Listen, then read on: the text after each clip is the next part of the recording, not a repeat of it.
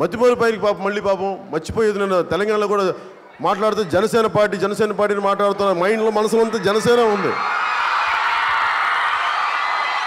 తెలంగాణలో నేను పోటీ చేయను ఈ ఎమ్మెల్యే ఎన్నికల కంటే ఆయనకి మనసులో సంపూర్ణ పవన్ కళ్యాణ్ ఉన్నాడు. పవన్ కళ్యాణ్ జనసేన.